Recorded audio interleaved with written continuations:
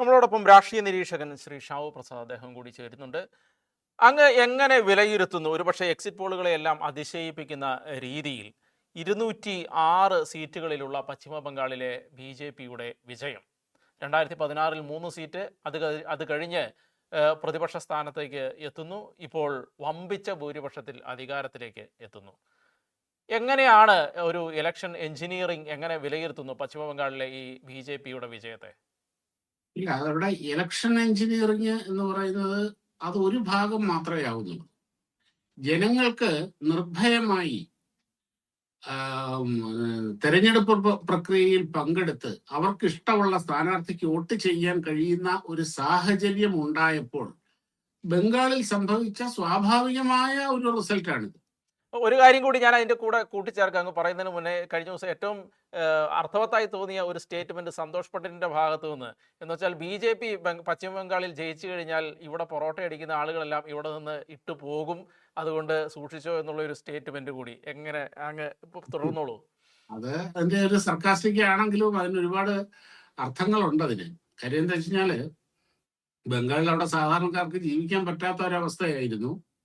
അവിടെ ജീവിക്കണമെന്നുണ്ടെങ്കിൽ ഒന്നുകിൽ ഈ പറഞ്ഞ പോലെ മറ്റേതെങ്കിലും സംസ്ഥാനത്ത് പോയി അവിടെ ജോലി ചെയ്ത് പണം അയച്ചു കൊടുത്ത് ജീവിക്കണം, അല്ലെങ്കിൽ ഈ പറഞ്ഞ പോലെ തൃണമൂലിന്റെ ഇവരുടെയൊക്കെ അടിമകളായിട്ട് ജീവിക്കണം. അതായത് സമ്പൂർണമായ ഒരു അരാജകത്വത്തിൽ കിടക്കുന്ന ഒരു പ്രദേശമായിരുന്നു എന്നാണ് അതിന്റെ അർത്ഥം. അപ്പോ ഇനിയും ഇപ്പൊ BJPയുടെ ഭരണത്തിലേക്ക് വരുമ്പോൾ, BJPയുടെ കയ്യിലേക്ക് വരുമ്പോൾ അവിടെ ഒരു സദ്ഭരണം വരും. ആർക്കും അവിടെ നിന്ന് വിട്ടുപോകേണ്ടി വരില്ല. അവിടെ ഉള്ളവർക്ക് അവിടെ തന്നെ സ്വന്തം കുടുംബങ്ങളോടൊപ്പം തന്നെ നിന്ന് ജോലി ചെയ്ത് അന്തസ്സായിട്ട് ജീവിക്കാൻ കഴിയുന്ന സാഹചര്യം ബംഗാളിൽ ഉണ്ടാകാൻ പോകുന്നു എന്നാണ് ആ ഫ്രേസിന്റെ പറയുന്നതിന്റെ അടിസ്ഥാനപരമായ അർത്ഥം. അത് ഒരു പരിധിവരെ വളരെ വലിയൊരു അളവോളം അത് ശരിയുമാണ്. കാര്യം അതായിരുന്നു ബംഗാളിലെ അവസ്ഥ ഇത്രയും കാലം. അതായത് സ്വാതന്ത്ര്യം കിട്ടി ആദ്യത്തെ ഒരു 30 വർഷം കോൺഗ്രസിന്റെ ഒരു തരം ഏകാധിപത്യമായിരുന്നു. സിദ്ധാർത്ഥ ശങ്കർ റേ പോലെയുള്ള തനി ഏകാധിപതികളായിട്ടുള്ള കോൺഗ്രസ് നേതാക്കന്മാര് അവിടെ ഇങ്ങനെ അടക്കി ഭരിച്ച്. എപ്പോഴും ഒരു കാര്യമുണ്ട്, ബംഗാളിലെ പൊളിറ്റിക്സ് എന്ന് പറഞ്ഞു കഴിഞ്ഞാൽ ഒരുതരം വയലന്റ് നേച്ചറുള്ള പൊളിറ്റിക്സ് ആണ്. അങ്ങ് ഈ പറഞ്ഞു വരുമ്പോൾ ഒരു കാര്യം കൂടി എനിക്ക് സൂചിപ്പിക്കണം തോന്നുകയാണ്. എന്ന് വെച്ചാൽ നമ്മൾ കഴിഞ്ഞ ദിവസം ഹോട്ടൽ മാനേജ്മെന്റ് അസോസിയേഷനുമായിട്ട് സംസാരിച്ച സമയത്ത് അവർ പറഞ്ഞ ഒരു കാര്യം, ഈ ബംഗാളികൾ ഇവിടെ ഹോട്ടലുകളിൽ ജോലി ചെയ്യുന്ന ആളുകളെല്ലാം അവർ വോട്ട് ചെയ്യാൻ വേണ്ടി തിരിച്ച് ബംഗാളിലേക്ക് പോയിരുന്നു എന്ന് അവർ പറഞ്ഞിരുന്നു. എന്ന് വെച്ചാൽ 30 പേരുള്ള സ്ഥാനത്ത് 4 പേരെ വെച്ചാണ് അവർ ഹോട്ടൽ ഓടിക്കുന്നത്. ആ പ്രതിസന്ധി അവർ നേരിടുന്നു എന്ന് അവരന്ന് പറയുന്ന ഒരു സാഹചര്യം ഉണ്ടായിരുന്നു. അപ്പോൾ ഇത്രയും ഭൂരിപക്ഷം BJPക്ക് അവിടെ കിട്ടുമ്പോൾ പോയ ആളുകളെല്ലാം കൃത്യമായി വോട്ട് ചെയ്തു എന്നുകൂടി പലപ്പോഴും എനിക്കങ്ങ് തോന്നിയിരുന്നു. അങ്ങ് തുടർന്നോളൂ. അതായത് ഇത്രയേ ഉള്ളൂ. ഞാൻ പറഞ്ഞില്ലേ, ബംഗാളിലേത് ഒരു വയലന്റ് ആയിട്ടുള്ള പൊളിറ്റിക്സ് ആണ് അവിടെ ഏത് കാലത്തും ഉണ്ടായിരുന്നത്. അത് 77 വരെ കോൺഗ്രസ് ആയിരുന്നു അത് ചെയ്തിരുന്നതെങ്കിൽ, പിന്നെ 77 മുതൽ നീണ്ട 34 വർഷം അത് CPM ആയിരുന്നു. പിന്നീടുള്ള 15 വർഷം മമതാ ബാനർജിയുടെ ഈ തൃണമൂൽ കോൺഗ്രസ് ആയിരുന്നു. അവരുടെ അവിടുത്തെ ആ ഒരു പൊളിറ്റിക്സിന്റെ നേച്ചർ കൈകാര്യം ചെയ്യുന്നത് ഇവര് ഒരർത്ഥത്തിൽ ഇതെല്ലാം ഇക്കണ്ട കാലം മുഴുവനും അതൊരു തുടർഭരണം തന്നെയായിരുന്നു. ഗുണ്ടായിസം, ഈ അക്രമം, ഇത് അവിടുത്തെ ബംഗാളിലെ പൊളിറ്റിക്സിന്റെ അവിഭാജ്യമായ ഒരു ഘടകമായിരുന്നു. അത് അങ്ങനെയുള്ള ഒരു അവസ്ഥ അവിടെ മാറാൻ പോകുന്നു എന്ന BJPക്ക് വോട്ട് ചെയ്ത് BJP അധികാരത്തിൽ വരികയാണെങ്കിൽ UPയിലും ബീഹാറിലും ഒക്കെ സംഭവിച്ച പോലെയുള്ള വളരെ വലിയ ഒരു സാമൂഹ്യ മാറ്റം ബംഗാളിലും ഉണ്ടാകും. സാധാരണക്കാരനും മനസമാധാനത്തോടെ അവനവന്റെ അഭിപ്രായവും അവനവന്റെ ഇഷ്ടങ്ങളും പിന്തുടർന്ന് ജീവിക്കാൻ കഴിയും എന്ന ഒരു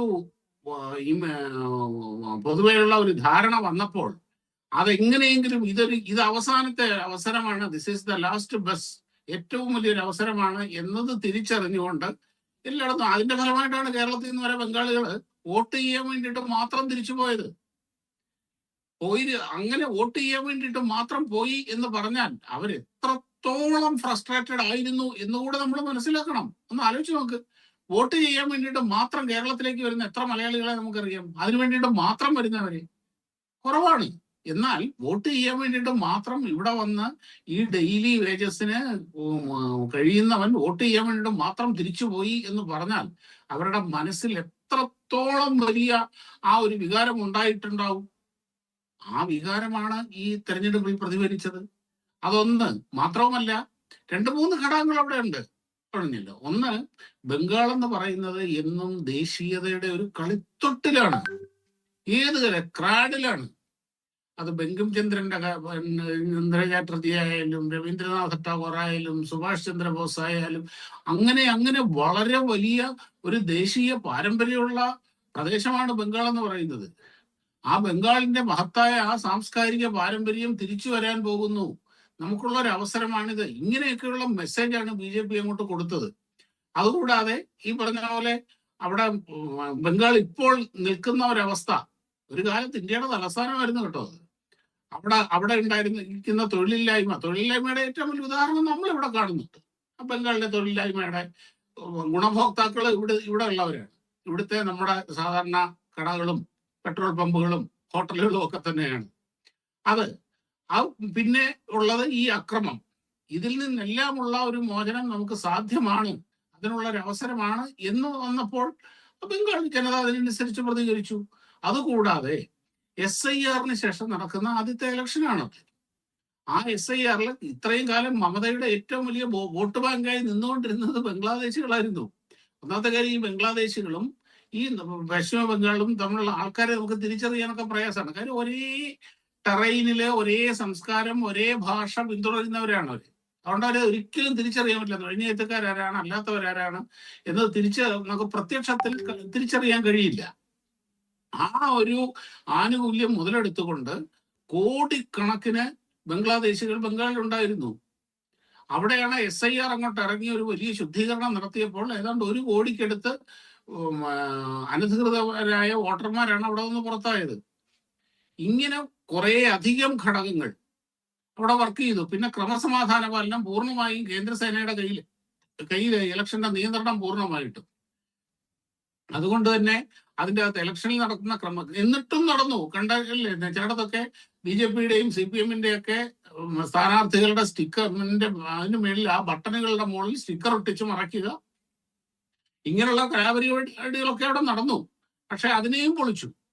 അതായത് ഇത് ബംഗാളിലെ ഈ തെരഞ്ഞെടുപ്പ് ഫ്രീ ആൻഡ് ഫെയർ ആയിട്ട് നടന്നേ പറ്റുള്ളൂ. അതൊരു ദേശീയ ആവശ്യമായിരുന്നു. BJP ജയിക്കുക എന്നുള്ളതുപോലെക്കാൾ അതിനു വേണ്ടിയിട്ടാണ് കേന്ദ്ര ആഭ്യന്തരമന്ത്രി അവിടെ പോയി ക്യാമ്പ് ചെയ്യുന്ന 2 ആഴ്ച ക്യാമ്പ് ചെയ്ത് പൂർണ്ണമായും കേന്ദ്രസേനയെ വിന്യസിച്ചുകൊണ്ട് നടത്തിയ ഒരു വലിയ വലിയ പ്രക്രിയയായിരുന്നു അത്. കാര്യം ഒന്ന് ആലോചിച്ച് നോക്ക്, ഒരു അന്താരാഷ്ട്ര അതിർത്തിയിൽ വേലി കെട്ടാൻ ഞങ്ങൾ സമ്മതിക്കില്ല എന്നൊരു സംസ്ഥാന ഗവൺമെന്റ് പ്രഖ്യാപിക്കുക എന്നൊക്കെ പറഞ്ഞാൽ, എന്നിട്ട് സ്ഥലം എടുത്തുകൊണ്ട് അതിനോട് സഹകരിക്കാതിരിക്കുക എന്ന് പറഞ്ഞാൽ എങ്ങനെ നമുക്ക് ഒരു രാജ്യത്തിന് അഫോർഡ് ചെയ്യാൻ പറ്റുമെന്ന് ഈ രീതിയിലുള്ള ഒരു ചീഫ് മിനിസ്റ്ററെ ഇങ്ങനെയുള്ള ഒരു സംസ്ഥാന ഭരണത്തിന്? അതുകൊണ്ട് എന്ത് വില കൊടുത്തും ഈ തെരഞ്ഞെടുപ്പിൽ മമതാ ബാനർജി തോൽക്കേണ്ടത് ഈ രാജ്യത്തിന്റെ ആവശ്യമായിരുന്നു. BJP ഒക്കെ പിന്നീടേ വരുന്നു. മറ്റൊരു കാര്യം അങ്ങയോട് ചോദിക്കുന്നത്, തമിഴ്നാടിനെ അങ്ങ് എങ്ങനെ വിലയിരുത്തുന്നു? കാരണം എനിക്ക് തോന്നുന്നു ഇന്ത്യ മുന്നണിയുടെ ഭാഗമായിരുന്ന 2 പ്രധാന കക്ഷികൾ, ഒന്ന് പശ്ചിമ ബംഗാളിൽ വീഴുന്നു, മറ്റൊന്ന് തമിഴ്നാട്ടിൽ വീഴുന്നു. തമിഴ്നാട്ടിലെ ഇലക്ഷൻ ഫലത്തെ അങ്ങ് എങ്ങനെ വിലയിരുത്തുന്നത്? തമിഴ്നാട്ടിലെ ഇലക്ഷൻ നോക്കാം. ഇവരുടെ ഏറ്റവും കേന്ദ്രത്തിനോട് യുദ്ധം പ്രഖ്യാപിച്ചിരുന്ന 3 മുഖ്യമന്ത്രിമാരാണ് ഒരൊറ്റ ഇലക്ഷനിൽ പുറത്താവുന്നത്. അവരുടെ ഈ പറഞ്ഞ പോലെ മുന്നണിയുടെ അതിശക്തരായ 3 മുഖ്യമന്ത്രിമാർ ഇന്ത്യയിലെ. അതിലൊന്നാണ് തമിഴ്നാട്ടിലും സംഭവിച്ചിരിക്കുന്നത്. ഒന്ന് തമിഴ്നാട് പൊളിറ്റിക്സ് എന്ന് പറഞ്ഞു കഴിഞ്ഞാൽ, പ്രത്യേകിച്ച് ഇപ്പൊ ഈ DMK ഒക്കെ ഇപ്പം പണ്ടാണ് 2 പേരും കട്ടക്കട്ടക്കി നിൽക്കുന്ന ഒരു കാലം ഉണ്ടായിരുന്നു. അതിനുശേഷം അവരുടെ കരുണാനിധി, മറ്റിടത്ത് ജയലളിത, അല്ലെങ്കിൽ MGR അങ്ങനെ പോയിരുന്ന അവിടെ നിന്ന് അങ്ങോട്ട് മാറിയിട്ട് ഇത് ഒരുതരം എന്താണ് പറയുന്നത്, ഈ കുടുംബാധിപത്യം മാത്രമൊന്നും പറഞ്ഞാൽ പോരാ, അഴിമതി എന്നൊക്കെ പറഞ്ഞാലുണ്ടല്ലോ. നമുക്ക് ഈ അഴിമതിയെ പറ്റിയൊക്കെയുള്ള ചില നമ്മുടെ ധാരണകൾ പോലും അതുപോലും നമുക്ക് നാണിച്ചു പോകുന്ന രീതിയിലുള്ള കാര്യങ്ങളാണ് അവിടെ നടക്കുന്നത്. DMKയുടെ ഒരു ടിക്കറ്റ് കിട്ടാൻ, മത്സരിക്കാനുള്ള ഒരു ടിക്കറ്റ് കിട്ടാൻ അവിടെ സ്റ്റാലിന് വാങ്ങിയിരുന്നത് അവിടെ കൊണ്ടുപോയി കരുണാനിധി കുടുംബത്തിന് കൊടുക്കേണ്ടിയിരുന്നത് 2 കോടി 3 കോടിയൊക്കെയാണ്. എങ്കിലേ അവന് മത്സരിക്കാൻ ടിക്കറ്റ്, ജയിക്കുവോ തോക്കുവോ എന്നുള്ളത് പിന്നത്തെ കാര്യം. ഇത്ര വലിയ ഹ്യൂജ് ഇൻവെസ്റ്റ്മെന്റ് നടത്തിക്കൊണ്ടാണ് ഓരോ DMK MLAയും അവിടെ ഉണ്ടാകുന്നത്. അവന് ഈ ഇൻവെസ്റ്റ്മെന്റ് തിരിച്ചു പിടിക്കട്ടെ. നമുക്കൊരു വീട് പണിയാൻ, എൻ്റെ ഒരു സുഹൃത്തുണ്ട് അവിടെ ചെന്നൈയില്, ഒരു വീട് പണിയാൻ ഒരു പെർമിറ്റിന് വേണ്ടിയിട്ട് കൊടുക്കേണ്ടത് ലക്ഷങ്ങളാണ് കൈക്കൂലി. ഇങ്ങനെയുള്ള അതിഭീകരമായ അഴിമതി, ബാക്കിയുള്ളതല്ലേ ഈ കോസ്മെറ്റിക് ആയിട്ടുള്ള കാര്യങ്ങളൊക്കെ അവർ ചെയ്യും, സ്ത്രീകൾക്ക് സൗജന്യ യാത്ര അല്ലെങ്കിൽ ഇലക്ട്രിസിറ്റി ബില്ല് കുറച്ചു. പക്ഷെ ഇതൊക്കെ അവിടെ നിലനിൽക്കുകയാണ്. ഇവർക്കൊരു ഓൾട്ടർനേറ്റീവ് ഇപ്പോഴത്തെ ഒരു അവസ്ഥയിൽ ശക്തമായ ഓൾട്ടർനേറ്റീവ് എന്നുള്ള നിലയിൽ. അത് മാത്രമല്ല, ഇപ്പം ഈ സ്റ്റാലിൻ അതേപോലെ ജയലളിതയെ പോലെയോ അല്ലെങ്കിൽ എംജിആറിനെ പോലെയോ പറ്റിയ ഒരു ഓൾട്ടർനേറ്റീവ് ഇപ്പുറത്തെ ADMK ഇല്ല എന്നുള്ള ഒരു വാസ്തവമാണ്. അവിടെയാണ് ഈ വിജയ് ഒരു യങ് ഫേസുമായിട്ട് വരുന്നത്. ഒരു യങ് ഓൾട്ടർനേറ്റീവ് എന്ന ഒരു ഇമേജ് സൃഷ്ടിക്കാൻ വിജയിന് കഴിഞ്ഞതിന്റെ ഒരു റിസൾട്ടാണ് ഇപ്പൊ തമിഴ്നാട്ടിൽ സംഭവിച്ചിരിക്കുന്നത്.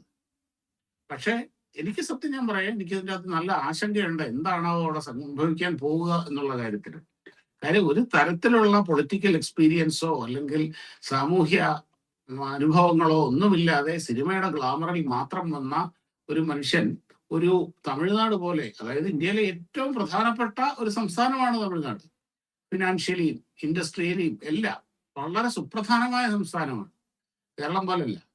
അങ്ങനെയുള്ള ഒരു സംസ്ഥാനത്തിന്റെ ഭരണസാരഥ്യത്തിലേക്ക് ഒരു രാഷ്ട്രീയ പരിചയവും ഇല്ലാത്ത, ഒരു അഡ്മിനിസ്ട്രേറ്റീവ് എക്സ്പീരിയൻസും ഇല്ലാത്ത, പ്രത്യേകിച്ച് അങ്ങനെ ഒരു നമ്മൾ ശ്രദ്ധിക്കപ്പെടുന്ന രീതിയിലുള്ള ഒരു കാഴ്ചപ്പാടുകളും ഇല്ലാത്ത ഒരു ആൾക്കൂട്ടം അല്ലെങ്കിൽ ഒരു മനുഷ്യൻ വരുന്നു എന്ന് പറയുന്നത് തീർച്ചയായും നമ്മളെ ആശങ്കപ്പെടുത്തുന്ന ഒരു വസ്തുതയാണ്.